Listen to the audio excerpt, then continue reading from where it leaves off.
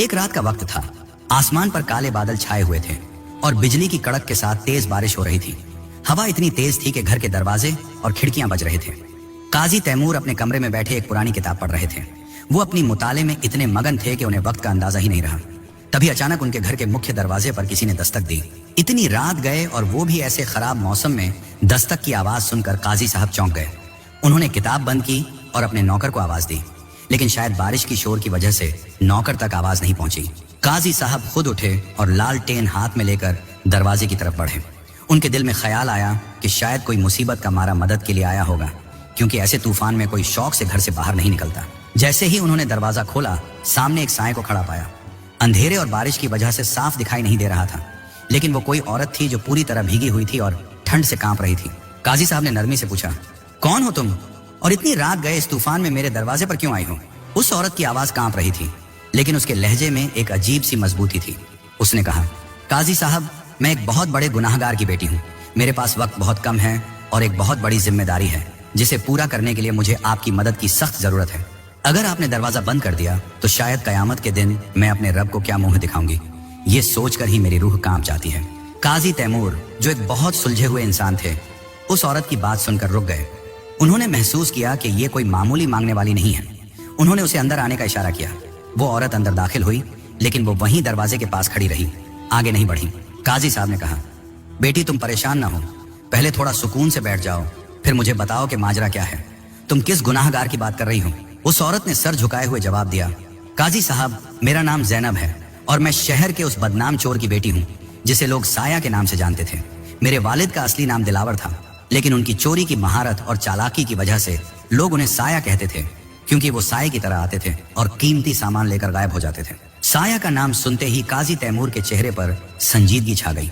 दिलावर उर्फ साया बगदाद का वो चोर था जिसे शाही सिपाही बरसों से तलाश कर रहे थे, लेकिन वो कभी किसी के हाथ नहीं आया था। उसकी चोरियों के किस्से पूरे शहर में मशहूर थे। काजी साहब ने गहरी सांस लेते हुए पूछा, तो तुम दिलावर की बेटी हो, लेकिन वो अब कहाँ है और तुम मेरे पास क्यों आई हो? जैनब ने अपनी भीगी हुई चादर को मजबूती से पकड़ते हुए कहा, जी काजी साहब, मेरे वालिद का कल रात इंतकाल हो गया है। वो अपनी आखिरी सांसों में बहुत तकलीफ में थे। पूरी जिंदगी उन्होंने लोगों का माल लूटा, अमीरों की तिजोरियां खाली की और कभी पकड़े नहीं गए। लेकिन जब मौत का फरिश्ता सामने आया तो उनकी सारी होशियारी धरी की धरी रह गई। मरते वक्त उनकी आंखों में जो खौफ था वो मैं कभी नहीं भूल सकती। वो बार बार यही कह रहे थे कि मुझ पर बोझ है, मुझे माफ कर दो। लेकिन अब माफी मांगने का वक्त निकल चुका था। काजी साहब खामोशी से उसकी बात सुन रहे थे। जैनब की आवाज में जो दर्द और पछतावा था वो उनके दिल को छू रहा था। जैनब ने अपनी बात जारी रखते हुए कहा, काजी साहब, मेरे वालिद ने मरने से पहले मुझे एक संदूक की चाबी और एक डायरी दी थी। उन्होंने मुझसे वादा लिया था कि उनके मरने के बाद मैं वो सारा माल जो उन्होंने पूरी जिंदगी चोरी करके जमा किया है उसे उन लोगों तक वापस पहुंचा दूं जिनका वो हक है। उन्होंने कहा था कि अगर ऐसा न हुआ तो उनकी रूह को कभी सुकून नहीं मिलेगा और वो कयामत तक अजाब में रहेंगे। काजी साहब हैरान रह गए। एक चोर जिसने पूरी जिंदगी गुनाह किए, वो मरते वक्त तौबा की फिक्र में था। उन्होंने पूछा, तो तुम वो सारा चोरी का माल वापस करना चाहती हो? जी काजी साहब, जैनब ने रोते हुए कहा, लेकिन मैं एक अकेली जान हूँ। मुझे नहीं पता कि वो सामान किन किन लोगों का है, सिवाय उस डायरी के जो वालिद ने छोड़ी है। और मुझे डर है कि अगर मैं खुद वो सामान लेकर लोगों के पास गई तो वो मुझे पकड़वा देंगे या शायद मुझे मार डालेंगे। लोग ये नहीं देखेंगे कि मैं उनकी अमानत वापस करने आई हूँ, वो बस ये देखेंगे कि मैं एक चोर की बेटी हूँ। इसीलिए मैं आपके पास आई हूँ। आप शहर के काजी हैं, लोग आपकी इज्जत करते हैं और आपकी बात मानते हैं।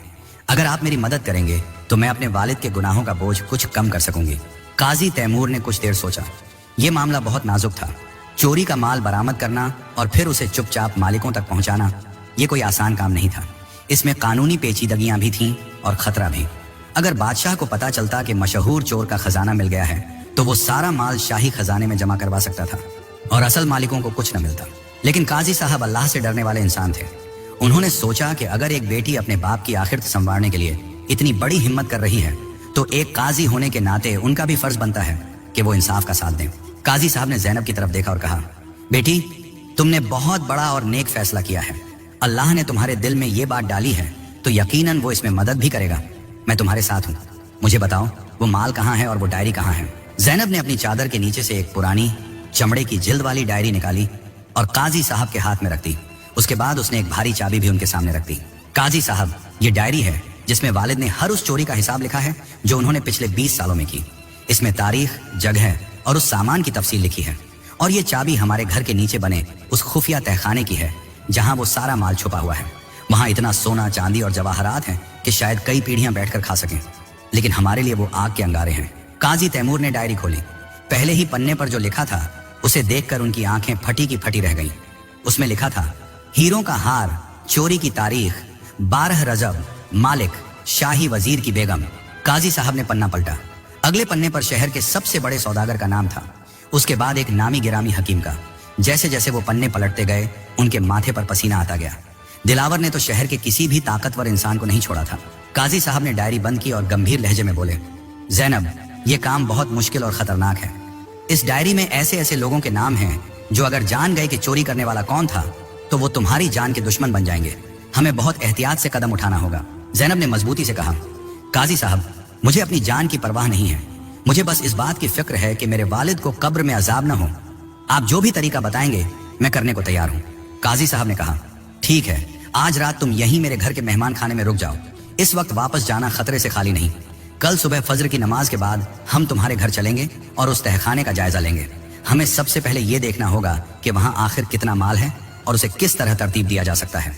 अगली सुबह जब सूरज की पहली किरणें बगदाद की इमारतों को रोशन कर रही थीं, काजी तैमूर और जैनब शहर के उस पुराने और वीरान हिस्से की तरफ चल पड़े जहां दिलावर का घर था। रास्ता संकरा और कीचड़ से भरा हुआ था। लोग अभी सोकर उठ रहे थे, इसीलिए गलियों में सन्नाटा था। दिलावर का घर बाहर से एक खंडहर जैसा लगता था। टूटी हुई दीवारें और वीरान दरवाजा। कोई सोच भी नहीं सकता था कि इस टूटे हुए मकान के नीचे बेपनाह दौलत छुपी हो सकती है। जैनब ने दरवाजा खोला और काजी साहब को अंदर ले गई। घर के अंदर भी धूल और जाले थे। वो एक कमरे के कोने में गई और वहां से एक पुराना कालीन हटाया। नीचे फर्श पर लकड़ी का एक भारी दरवाजा था।